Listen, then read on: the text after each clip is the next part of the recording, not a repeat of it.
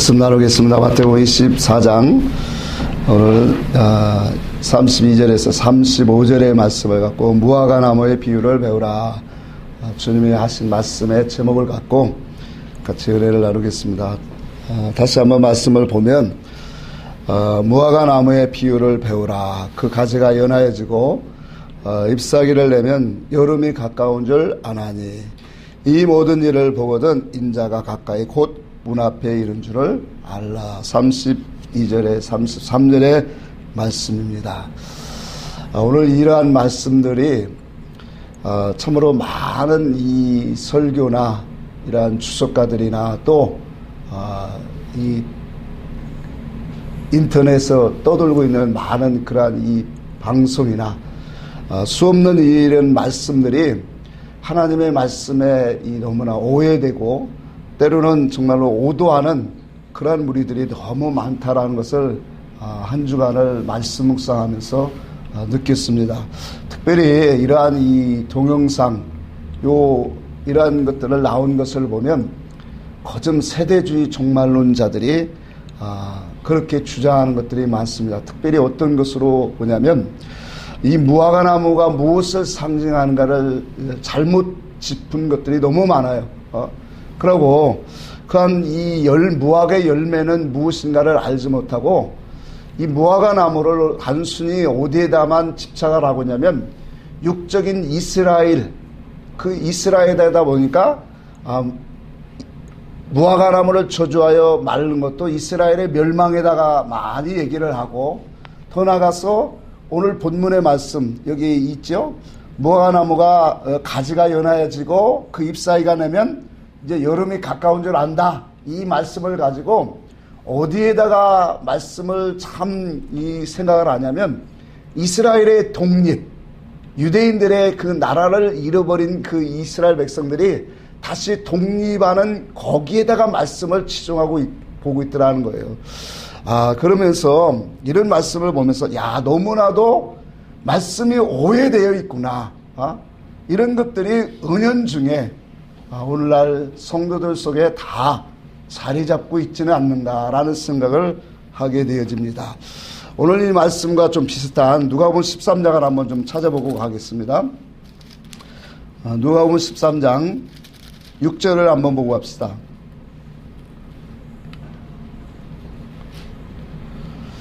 6절에서 9절의 말씀을 우리 같이 한번 합독하겠습니다. 누가복음 13장 6절입니다. 같이 읽습니다. 이에 비유로 말씀하시되 한 사람이 포도원에 무화과 나무를 심은 것이 있더니 와서 그 열매를 구하였으나 얻지 못한지라. 포도원주에게 이르되 내가 3년을 와서 이 무화과 나무에서 열매를 구하되 얻지 못하니 찍어버리라. 어찌 땅만 버리게 하겠느냐. 대답하여 이르되 주인이여 금년에도 그대로 두소서. 내가 두루 파고 고름을 줄이니 이후에 만일 열매가 맺거니와 그렇지 않으면 찍어 버리소서 하였다 하시니라. 자, 여기 말씀에 보면 하나님이 왜 포도나무를 포도원에 무화과 나무를 심었는지를 우리가 한번 깨닫고 가야 합니다. 이 말씀이 담고 있는 이 뜻은 굉장히 중요한 말씀입니다. 우리 한번 봅시다. 여기 보니까 밭은 무슨 밭이에요? 포도원이에요. 근데 포도원에다가 왜 무화과 나무를 심었을까? 포도원에다 원래는 뭐 심어야 돼요? 포도나무를 심어야 되겠죠. 근데 무화과 나무를 심은 하나님의 의도성을 우리는 발견해야 돼요. 그래서 이 말씀 속에 담고 있는 뜻이 굉장히 중요하다고 얘기한 거예요. 그러니까 당연히 포도나무는 우리가 이 성질적으로 말씀의 의미를 보면 무화과 나무와 포도나무를 보면 무화과 나무는 우리는 무엇을 상징한다고 했죠? 율법의 신앙을 상징을 해요. 그럼 포도나무는 무엇을 상징할까요? 예수 그리스도의 진리, 복음을 상징을 하죠. 그런데 왜 하나님이 이 포도원에다가 무화과 나무를 심으셨느냐는 거예요. 여러분, 하나님의 역사를 우리가 바라보면서 모든 것이 다 뭐가 있냐면 하나님의 순서와 때와 기한이 있고 모든 것이 순서가 있다라는 것을 우리는 알아야 돼요. 자, 복음의 역사가 오기까지는 예수님이 이 땅에 오셔야 되고 예수님이 오셔서 하나님의 의를 이루셔야 돼요. 그래서 다 이루었다 하신 것처럼 그러고 나서 부활 승천하시고 이제 우리에게 약속하신 성령이, 진리의 성령이 오실 때라야 이제 무엇을 맺히기 시작할까요? 포도 열매를 맺히기 시작한다라는 거예요. 그러니까 그 전에는 포도 열매가 맺힐 수 있을까요? 없을까요? 없어요. 왜냐하면 진리의 영이 오시면 그 진리의 영은 무엇을 증거하십니까? 예수 그리스도가 하신 말씀을 기억나게 하시고 생각나게 하시고 그 진리 이치를 깨닫게 하신다. 맞지요? 그러니까 진리의 성령이 오시야만 그제야 비로소 우리가 포도나무 복음에 참된 열매를 맺게 되어진다라는 것을 보여지는 거예요. 자, 그러니까 하나님께서 이 포도원에 무화과나무 심으신 것은 이런 이치예요. 우리에게 예수 그리스도, 예수 그리스도의 진리를 이 오시기까지는 연결다리가 반드시 있어야 된다라는 거예요. 그러니까 예수 그리스도가 어느 날 갑자기 확 온 게 아니라 먼저 무엇을 보내주셨죠? 무화과나무 율법의 신앙을 허락하여 주시고 그 율법의 신앙 속에서 뭘 하느냐면 하나님의 분명한 뜻이 무엇인가를 깨닫고 그 속에서 죄를 깨닫는 거예요. 죄를 깨닫고 내 스스로는 구원을 얻을 수 없는 자임을 하나님 앞에 깨닫고 누가 오시기를 기다리냐면 예수 그리스도 진리가 오기를 하나님 앞에 간구하는 영혼, 그 영혼들이 뭐예요? 합당한 영혼들이라는 거예요. 그러니까 마치 우리가 예수님이 오시기 전에도 율법을 먼저 주셨고 또 세례 요한을 먼저 보내주셨어요.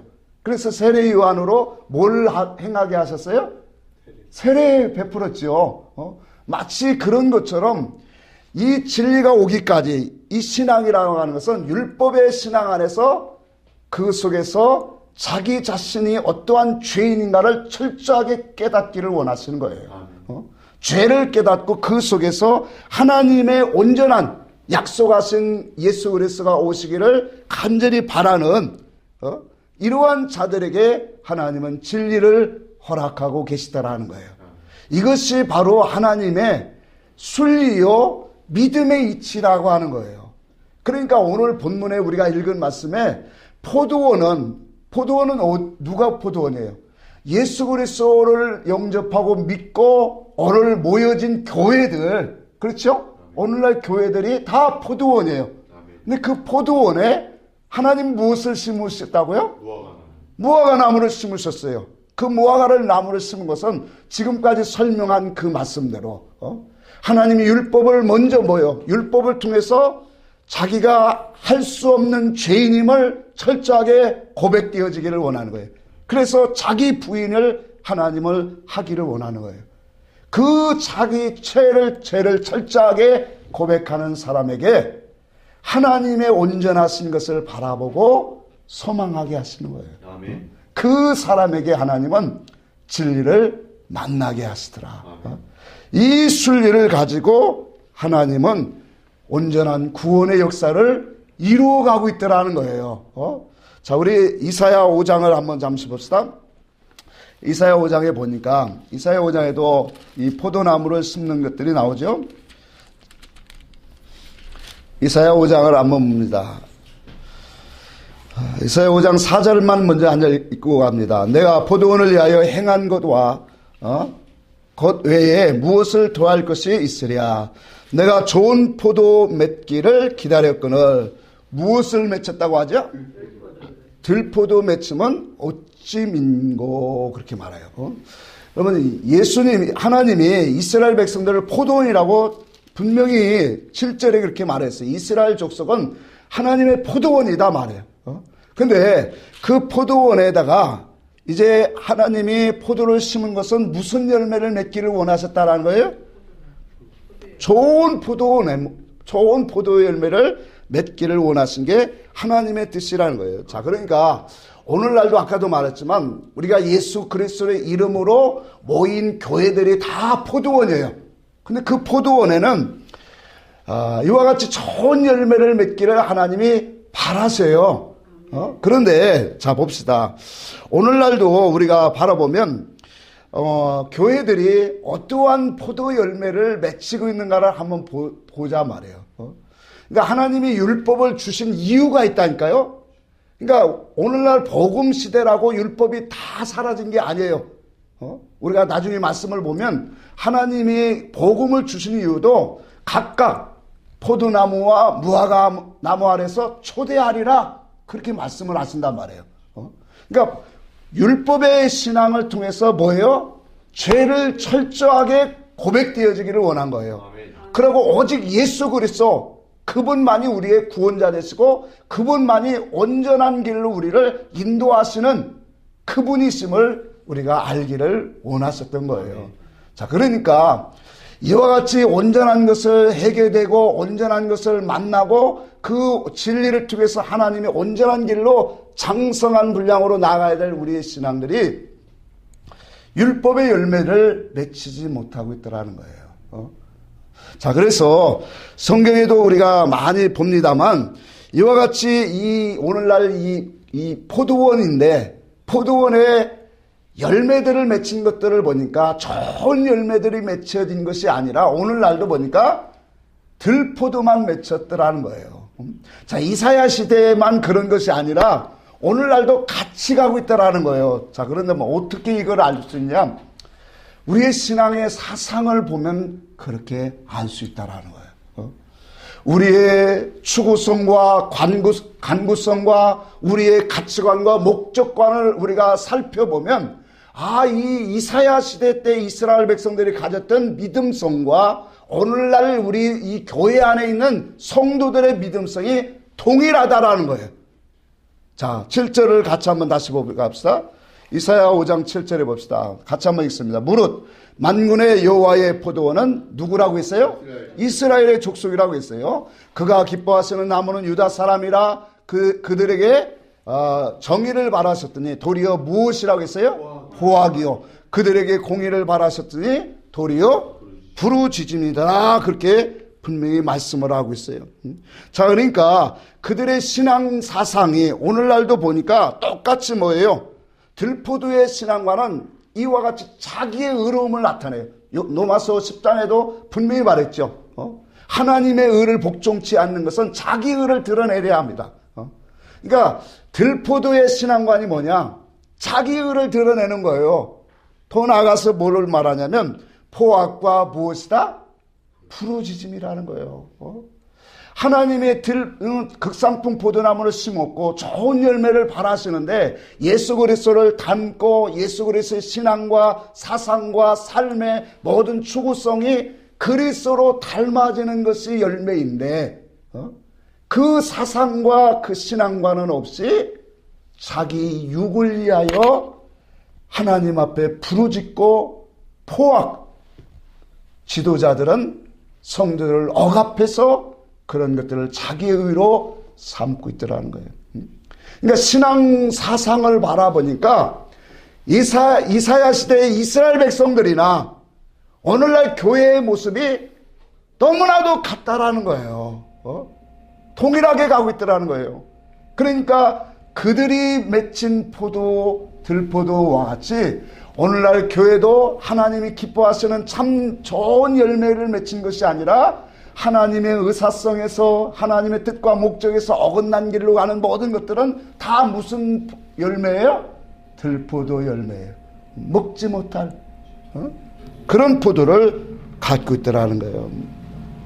자, 그래서 율법의 열매는 아까도 말했지만 하나님 앞에서 자기 자신을 철저하게 죽어지는 거예요.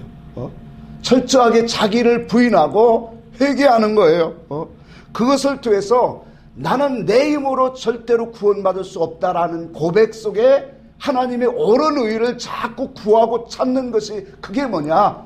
그게 율법의 신앙, 무화과 나무의 열매라는 겁니다. 그러니까 이 열매를 바라보시고 뭐냐면 하나님이 찾으신다라는 거예요.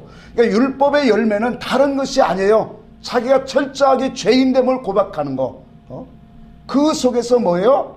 오직 나의 힘으로 온전하고 구원을 얻을 수 없음을 알고 온전하고 약속하신 그리스도를 메시아를 기다리는 신앙. 이게 율법 안에서 아름다운 열매다 말이에요. 여러분, 이 신앙으로 어떤 사람들이 준비되어지고 이루어졌는가를 우리는 말씀에 그러한 중심을 보여야 되는 거예요. 자, 예수님께서 초림 예수에 오실 때 유대 백성들은 모두가 다 율법에 의지하여 하나님을 섬겼어요. 그렇죠? 하나님을 섬겼어요. 그런데 그들은 하나님을 섬겼지만 하나님을 알지를 못하고 있더라는 거예요. 그러니까 하나님을 섬기되 하나님을 알지 못하고 하나님이 기뻐하시는 뜻이 무엇인가를 알지 못해. 이것을 가지고 영적으로 무지다, 영적으로 캄캄하다 그렇게 말하는 거예요. 그러니까 하나님의 이 영적으로 캄캄하다라고 하는 것은 다른 말로 표현하면 열매가 없다라는 거예요. 여러분, 깨달음이 없으면 열매가 있겠어요, 없겠어요? 그러니 이와 같은 이 예수님 초림의 그 시대의 신앙 사상에 보면 너무나도 어두워진 시대예요. 그런데 이런 시대에 영적으로 어두운 세대 속에서도 무화과 열매를 가지고 주님 앞에 나오는 영혼들이 있더라는 거예요. 자, 이것이 너무나 중요해요.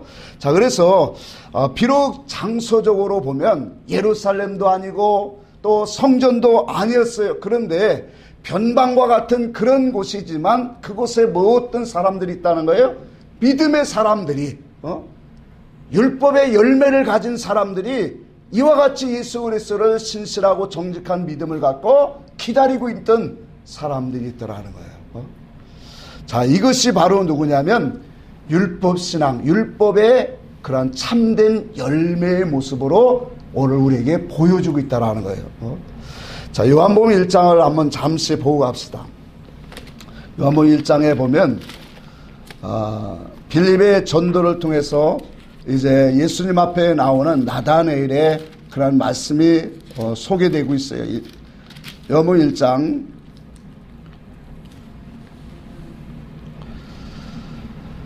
45절을 봅시다. 45절 제가 읽습니다. 빌립이 나다네엘을 찾아 이르되 모세가 율법에 기록하였고 여러 선지자가 기록한 그 일을 우리가 만났으니 요셉의 아들 나사렛 예수니라 그래요. 자, 45절 같이 읽어볼까요? 나다네엘이 이르되 나사렛에서 무슨 선한 것이 날 수 있느냐? 빌립이 이르되 와서 보라 하니라. 예수께서 나다네엘이 자기에게 오는 것을 보시고 그를 가리켜 이르되 보라, 이는 참으로 이스라엘 사람이라. 그 속에 간사한 것이 없네. 자, 나다네엘이 빌립의 전도를 통해서 이제 예수님 앞에 나오죠. 근데 예수님 앞에 나올 때 예수님이 나다네엘을 보고 이렇게 말씀해요. 이는 참으로 이스라엘 사람이요 그 속에 간사함이 없도다 그렇게 말해요. 자, 그러다 보니까 이 나다네엘이 깜짝 놀라 그렇게 말하는 거예요. 예수님 앞에 다시 묻기를 어떻게 저를 아시나이까? 지금 영적인 대화를 하고 있는 거예요. 어떻게 그렇게 저를 잘 아십니까? 그러니까 예수님이 말씀하시기를 뭐라고 하냐면 내가 나에게 오기 전에 무화과 나무 아래 있을 때 내가 뭐 했다? 보았노라 그렇게 말씀을 해요.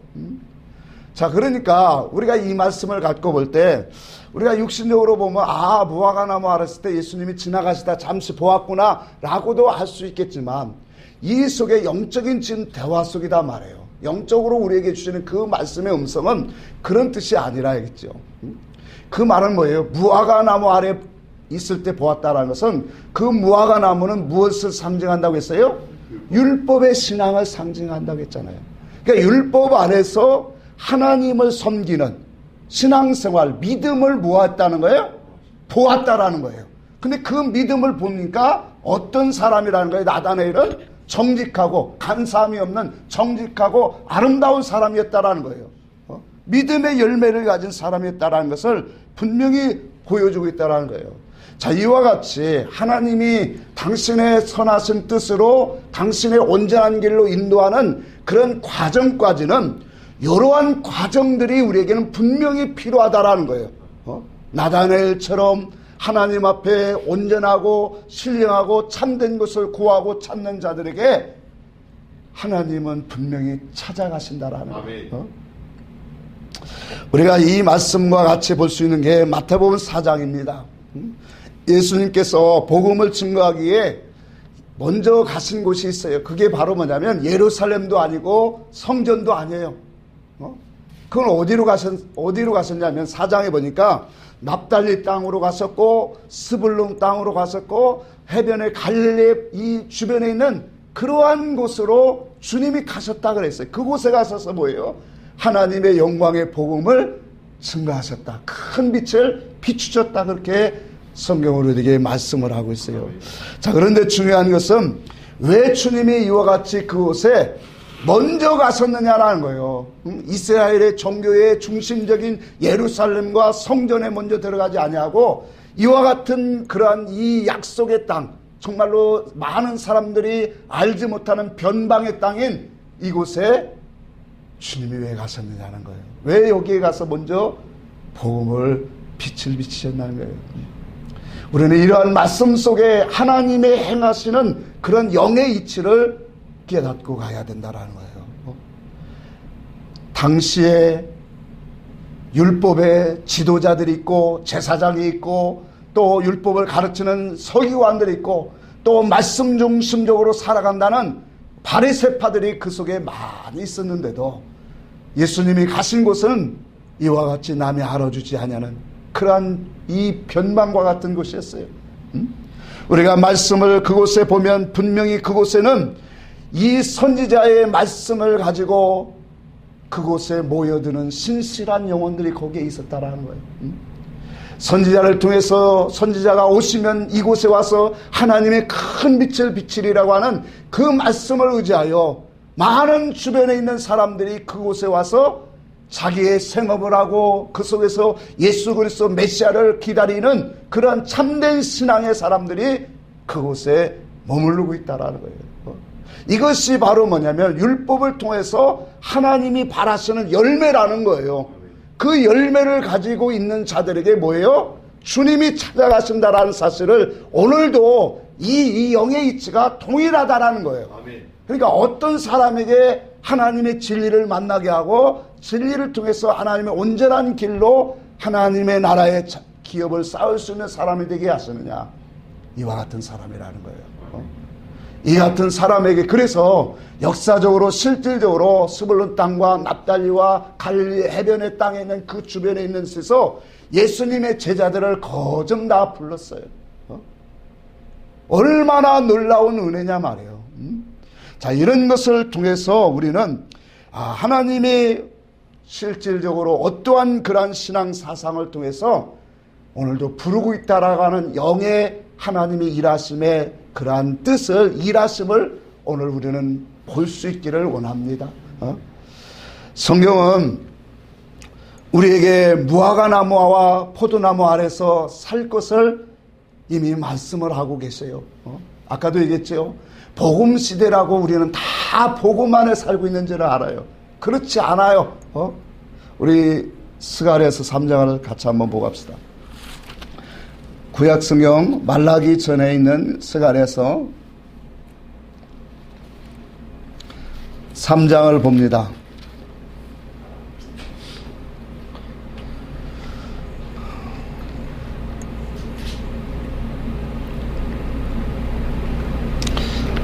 자, 10절 한번 같이 보겠습니다. 스가랴서 3장 10절 시작. 만군의 여호와가 말하노라. 그날에 너희가 각각 포도나무와 무화과나무 아래에 서로 초대하리라 하셨느니라. 자, 여기 보니까 그날에 너희가 각각 포도나무와 어디에서 또 초대한다고요? 무화과나무. 그런데 보니까 그날이 뭐냐라는 것을 우리는 보아야 돼요. 그날은 9절에 있는 말씀이에요. 만군의 여호와가 말하노라 내가 너 여호수 앞에 세운 돌을 보라. 한 돌에 7눈이 있느니라. 내가 거기에 새길 것을 새기고 이 땅의 죄악을 하루에 죄하리라. 그렇게 말해요. 그러니까 그날이라고 하는 것은 뭐냐면 우리에게 뭐가 온 날이냐면 증거의 돌, 다시 말하면 예수 그리스도의 진리를 우리에게 온 날이다. 그렇게 말하는 거예요. 자, 그 날이 오니까 그 증거 돌 안에는 뭐가 있대요? 7 뭐가 있다고요? 눈이 있더라. 자, 이것을 계시록에 보니까 7 영이다 그랬어요. 그러니까 7 영은 하나님의 거룩한 영들이에요. 자, 그러니까 하나님의 증거의 돌은 증거의 말씀이고 예수 그리스도를 상징도 하지만 증거의 말씀들, 진리의 말씀들이에요. 근데 그 진리의 말씀 속에 뭐가 있다고요? 7 눈이 있더래요. 이 말은 뭘까요? 하나님의 말씀이 살았고 운동력 있는 말씀이라는 거예요. 그래서 그 말씀 안에서 모든 것들이 뭐예요? 연결되어지고 이러한 하나님, 일하시는 하나님, 의로우신 하나님, 심판의 하나님, 모든 것들이 말씀 안에서 다 연결되어지더라. 살아있는 말씀이 되더라. 그게 이 말씀의 그 돌에는 7 눈이 있다라는 거예요. 그래서 우리로 하여금 뭐예요? 그 말씀을 통해서 하나님이 행하시고 하나님의 기준과 본질과 하나님의 그러한 모든 행하시는 일들을 말씀이 다 연결되어지기 시작하는 거예요. 깨달아지기 시작하는 거예요.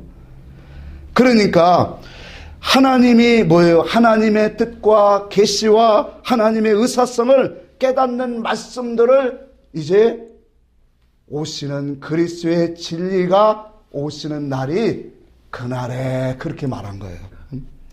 여러분, 이 깨달음이 우리 속에 와지면 하나님의 의와 뜻과 하나님의 계시성, 하나님의 의사성이 이제 그 한 돌 속에 7 눈을 가진 그 눈으로 우리가 깨달음이 자꾸 이루어질 때 우리는 어떤 사람이 되느냐?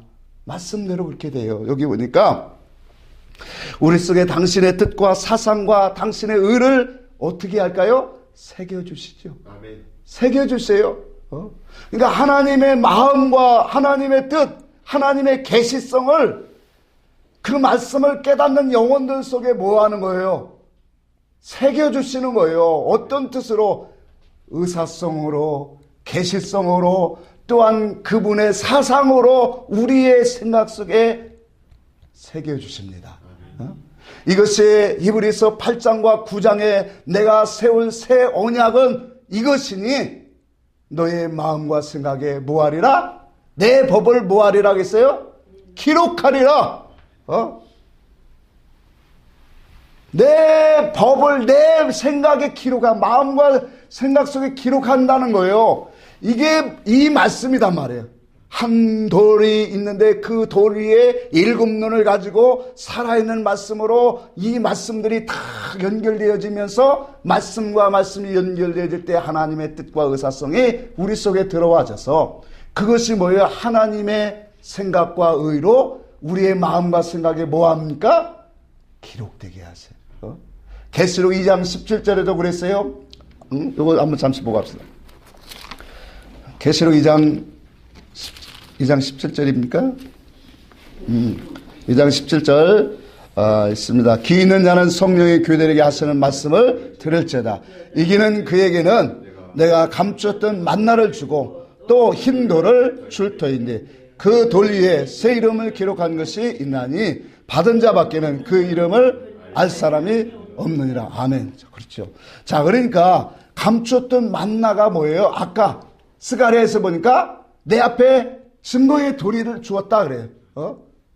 그 돌은 7 눈이 있더라는 거예요. 하나님의 살았고 하나님의 움직이시고 일하시는 그러한 거룩한 영들을 통해서 하나님의 그 행하시는 전반적인 것들을 우리가 뭐예요? 깨달아서 우리의 마음에 기록하리라. 여기도 보니까 그렇게 말해요. 감췄던 만나를 주고 그 흰 돌을 줄 테니. 흰 돌을 준다는 건 뭘까요? 그렇죠. 흰 돌을 준다는 것은 흰 돌 위에 뭘 한다고 했어요? 말씀을 기록한다 그랬죠. 그러면 흰 돌을 준다라는 것은 무슨 뜻이에요? 주님의 마음을 준다는 거예요. 주님의 사상을 우리에게 준다라는 거예요. 그 위에 뭘 한다? 새 이름. 새 이름이 뭐예요? 하나님의 뜻이잖아요. 하나님의 의고. 응? 그것을 우리 마음 안에 기록하시는 거예요. 자, 이것을 뭐라고 하냐? 하나님을 알아가는 것이다. 그거예요. 여지까지 역사적으로, 성경을 역사적으로, 인물적으로, 이런 배경적, 이거 안다고 하나님을 아는 것이 아니라 증거의 도를 통해서 주님이 여기에서 힌도를 주고 그 힌들 속에 새 이름을 기록하는 거. 그래서 말씀에 이렇게 한 거예요. 받은 자밖에는 알 사람이 있다 없다? 없다. 그러니까 이것을 받으면 하나님 정말로 살아계십니다. 하나님만이 정말로 하나님이십니다. 이게 정말로 고백된다니까요. 왜? 야, 이건 인간이 이렇게 할 수 없다. 인간이 이렇게 할 수 없다. 여러분은 무화과나무의 교훈의 핵심은 그 무화과나무의 가치성이 어디에 있느냐가 관건이에요. 무화과나무의 가치성은 어디에 있을까요? 여러분, 무화과나무의 가치성은 어디에 있다고 생각하세요? 나무에 있어요? 뭐에 있어요? 잎사귀에 있어요? 열매지요. 열매예요.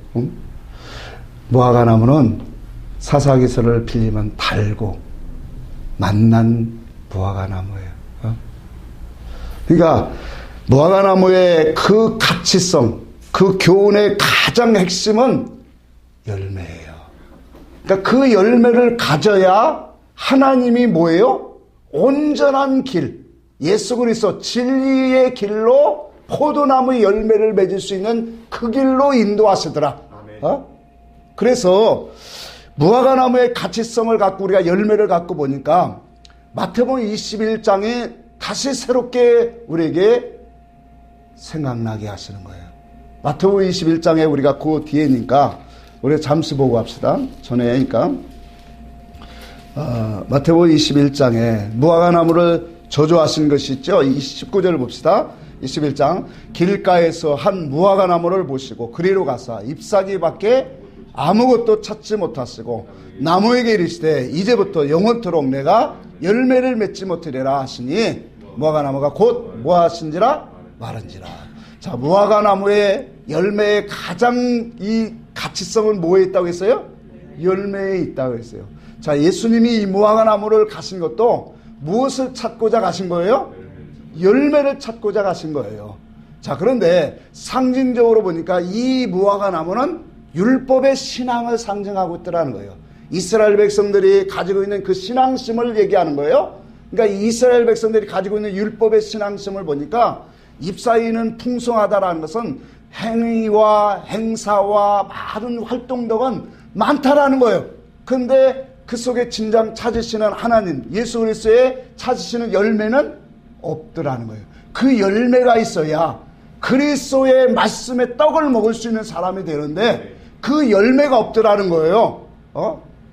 자, 그러니까 이 말씀 속에서 우리가 분명히 보는 것은 잎사귀가 가지가 연해지고 잎사귀를 내면 여름이 가까웠다라는 말씀이 무슨 뜻인가를 우리는 잘 깨달아야 돼요. 이 말씀을 너무나도 오해하고 있더라는 거예요. 여기 다 세대주의 정말 거기에 맞추고 있더라는 거예요. 우리 이 말씀을 보기 전에 내가 예레미야 8장 20절을 보니까 이런 말씀이 있어요. 추수 때가 지나고 여름이 다하였으니 구원을 얻지 못한다 하느니라. 추수 때가 지나고 뭐가 되었다는 거예요? 여름이 되었다. 그러니까 구원을 얻지 못한다. 지금 그 말씀이에요. 예레미야 8장 20절에요. 자, 그러면 여름이 가까웠다라는 말은 이미 추수 때가 어떻게 됐다라는 겁니까? 지났다라는 거예요. 이 말은 이제는 심판의 때가 이르렀다라는 거예요. 자, 그러니까 열매의 때가 지났고, 그 말은 다시 말하면 추수 때가 지났고 하나님의 심판이 이뤘다라는 것은 이제는 구원을 이룰 수 있다라는 거예요? 없다라는 거예요? 없다라는 얘기예요. 그래서 예레미야 8장 20절의 말씀이 추수 때가 지나고 여름이 다했으니 구원을 얻지 못한다 함이라 그렇게 말한 거예요. 그때가 되어지면 열매를 맺을 수 없는 거예요. 그래서 은혜 받을 만한 때에 은혜를 받아야 되는 거예요. 아멘. 모든 것이 때와 기한이 있는 거예요. 아멘. 그래서 기도할 때가 있고 하나님 앞에 막 열심히 구하고 찾고 말씀을 찾을 때도 있는 거고. 오늘날 교회 생활에서 우리는 참된 그리스도를 우리는 소망하고 진리 이치를 깨닫는 삶이 우리의 신앙의 삶이 되어야 돼요.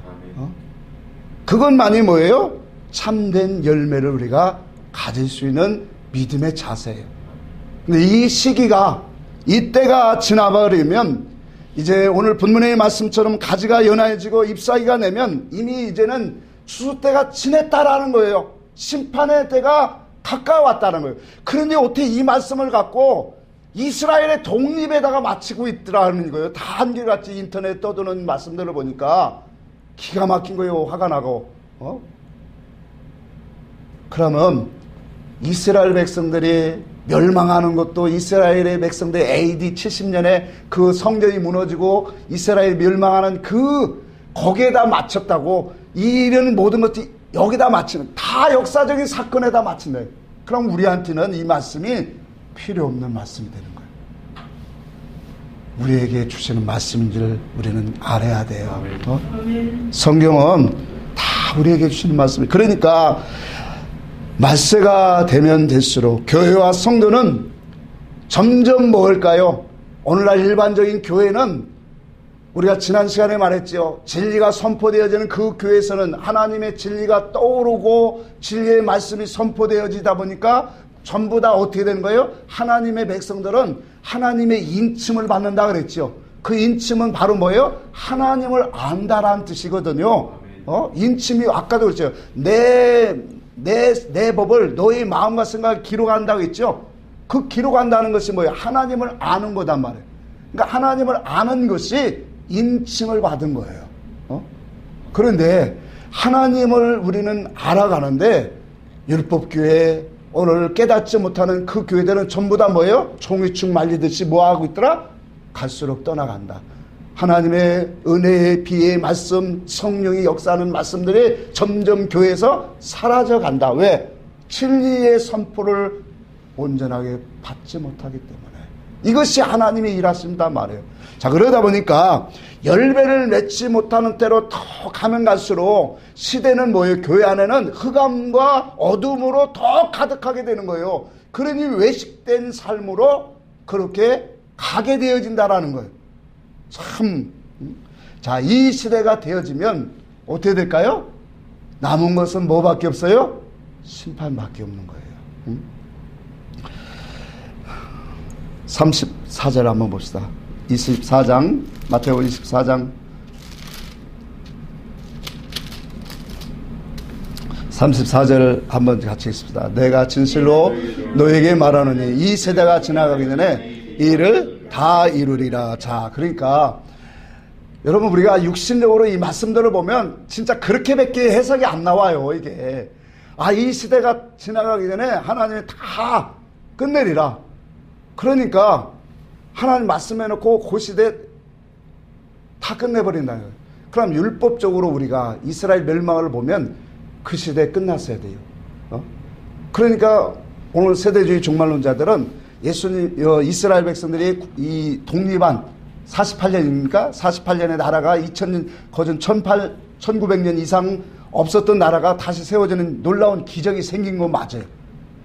네, 하나님의 말씀의 역사는 영적 이스라엘 백성들에게 그 핵심이 있는 거지 육적 이스라엘 백성들에게 있는 게 아니에요. 자, 이 한 세대라는 이 세대를 우리는 깨닫고 가야 돼요. 분명히 말했어요. 이 세대가 지나가기 전에 다 내가 이루리라. 여러분 이 말씀을 이런 세대주의 종말론적인 사상으로 우리는 오해하고 풀면 안 된다라는 거예요. 여러분 이 세대라고 하는 것은 어떤 세대냐면 이 세대가 지나가야지 다 이루어가는 이 세대는 특정한 어떠한 역사적이고 개인적이고 민족적인 그런 것을 말하는 게 아니에요. 영적인 모든 영혼들에게, 영적 이스라엘 백성들에게 다 한결같이 주님이 말씀하고 있다는 거예요. 자, 우리는 하나님께서 한 세대를 우리에게 다 허락하셨어요. 어느 시대의 부르심을 받든지 우리 모두는 다 한 세대를 살아가요. 그러면 중요한 것은 뭐냐면 이 한 세대를 살아가는데, 이 한 세대를 살아가면서 하나님의 구원의 역사에 우리도 같이 참여되어야 된다라는 거예요. 다시 말하면 왜 우리나라가 이와 같이 이제는 열매를 맺어야 되는가를 잘 보세요. 한 세대가 지나면 분명히 뭐냐면 하나님의 구원 역사가 그 세대를 지나가면, 그래서 아까도 말한 것처럼 모든 이 하나님의 행하시는 건 때와 기한이 있다라는 거예요. 모든 일을 이루시는 데는 때가 있고 기한이 있어요. 그래서 우리에게 막 회개를 시키게 하시는 것도 때가 있는 거예요. 찬양하게 하시고 감사하게 하시고 모든 것이 다 때, 이 모든 것을 합력하여 뭘 이루게 하시는 거예요? 구원을 이루게 하시는 거예요. 선을 이루게 하시는 거단 말이에요. 그런데 이와 같은 때, 그러니 말씀 줄 때 그 말씀을 자기가 받지 못하고 애써 간절함으로 받지 못하면 어떻게 될까요? 구원을 이루지 못하고 하나님의 깊은 자리로 올라가지 못하기 때문에 설 익은 무화과 나무가 대풍에 선과 실 떨어지듯이 떨어지더라. 모든 영혼에게 다 한결같은 동일한 말씀이란 말이에요. 그러니 우리는 한 시대 동안에 하나님이 허락하신 한 세대를 사는데, 그 세대의 모든 하나님의 역사하시는 이 일이 역사의 순서가 이거단 말이에요. 무화과 나무를 먼저 포도원에 심으신단 말이에요. 그 무화과 나무를 심으시는 이유는 바로 그 속에서 죄를 발견하고 너는 할 수 없다라는 자기 부인이 분명히 이루어지게 하시고, 그 속에서 온전하신 예수 그리스도 진리만을 바라고 소망하게 하시는 거예요.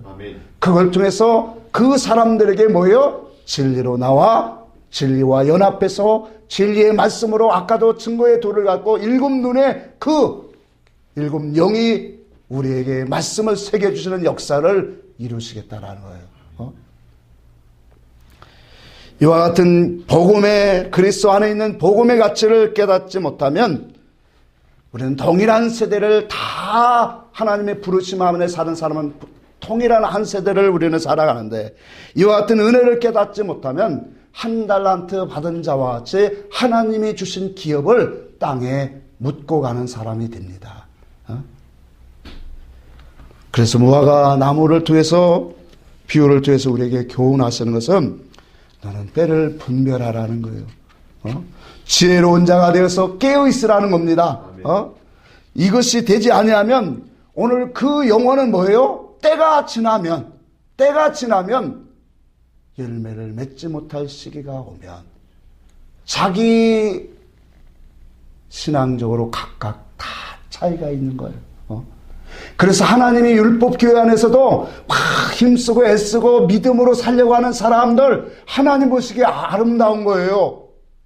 비록 율법교회 안에 있지만, 근데 그 부르짖고 간구하고 같이 소원 목적성이 어디로 있어야 되냐면 온전한 것을 찾으려는 데 있어야 돼요. 하나님 앞에 정말로 더 의로운 참된 것을 구하고 찾는데 그 목적 아래서 정말로 열심을 내는 그런 사람들, 비록 율법교회에 있지만 하나님이 보시기에 아름다운 거예요. 마태복음 16장에 주님이 말씀하면 너희가 천기를 보고 날씨를 안다, 그렇게 말했어요. 그래서 저녁에 하늘이 붉으면 날이 좋겠다 하고, 아침에는 하늘이 붉고 또 하늘이 붉고 어두우면 날이 뭐 하겠다? 굳겠다 하나니. 이와 같이 천기를 분별할 줄 알면서 이 세대의 표적은 너희가 알지 못하는 도다. 이 세대의 표적은 뭐예요? 예수 그리스도가 하시는 일이에요. 십자가의 도를 통하여 우리에게 주시는 하나님의 역사다 말이에요. 그리스도가 무엇을 위하여 이 땅에 오셔서 지금 말씀하시고 그리스도가 무엇을 증거하시고 무엇을 위해서 십자가에 죽으셨는가, 그가 무엇을 위해서 부활하시는지, 이 시대의 진짜 표적이 그거다는 거예요. 그 역사를 알지 못하는, 오늘 예수 그리스도의 핏값으로 세워진 교회들 속에 우리는 이루어진 일들을 오늘은 많이 듣고 봅니다. 너무나도 주님과의 관심이 없는 그런 일들로 교회들이 가득 채워져 있어요.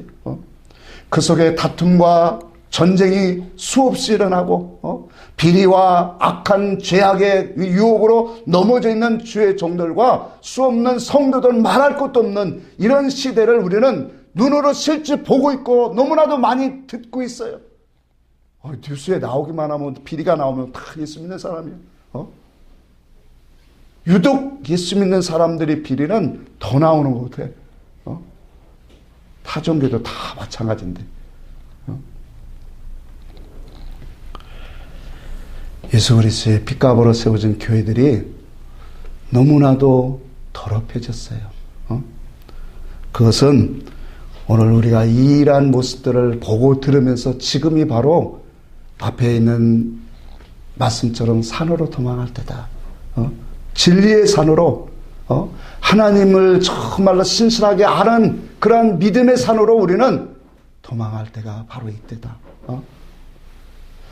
35절에도 말씀 잠시 봅니다. 35절에도 천지는 없어질지언정 내 말은 없어지지 아니하리라. 여러분, 이 말씀은 뭘 말할까요? 하나님의 말씀이 하나님의 의사요, 뜻이요, 본질이요, 또한 하나님의 기준이요, 하나님이 우리를 구원하시는 그러한 모든 기준이 여기에 있다라는 거예요. 말씀에 있다라는 거예요. 그러니 너는 말씀을 깨달아 알아서 그 말씀을 의지하고 그 하나님 함께 같이 가라. 그것만이 참되다. 베드로전서에도 말했죠. 세상은 다 지나가요.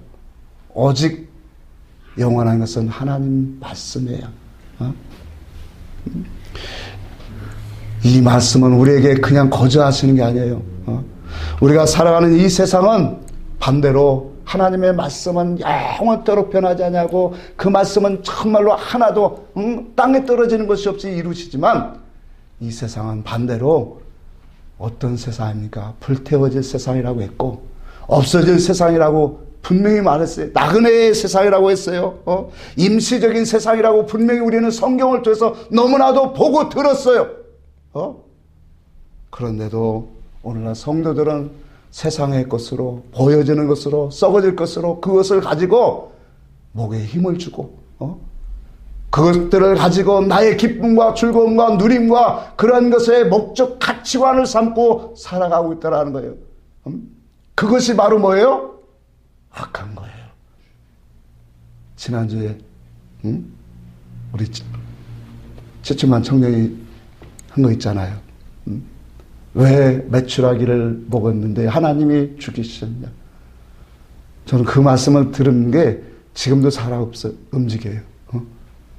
마음판에 그 뭐예요? 모든 사면에 무엇을 깔았더라? 메추라기 깔았다. 그 사면은 곧 우리의 마음, 심령을 말해요. 그러니까 우리의 심령에 가득하게 무엇을 깔아놓은 거예요? 메추라기. 그 메추라기 기본 근본은 뭐예요? 육의 속성이고, 세상 것, 썩어질 것, 하나님의 말씀보다 세상 것을 더 귀하게 소원 가치성을 갖는 것. 그 마음속에 그것이 가득하니까 하나님이 그 백성 싹 죽여버린 거예요.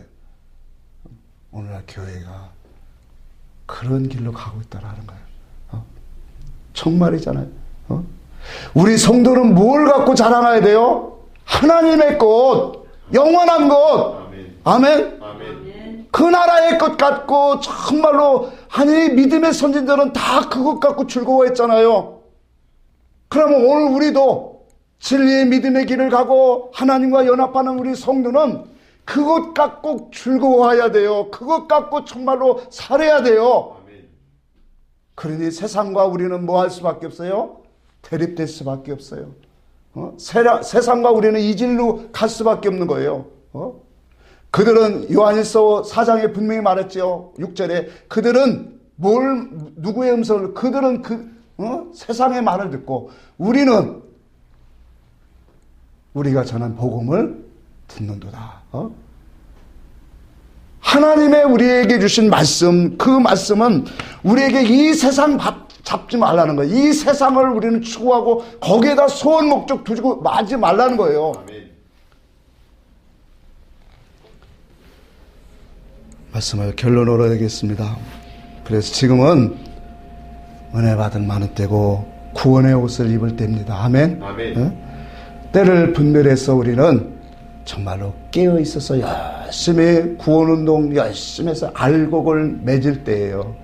이 알곡 맺을 때가 지나면 언제가 올까요? 하나님 심판이 오겠지요. 자, 그래서 로마서 13장을 한번 보고 합시다. 로마서 13장을 한 절 보고 합시다.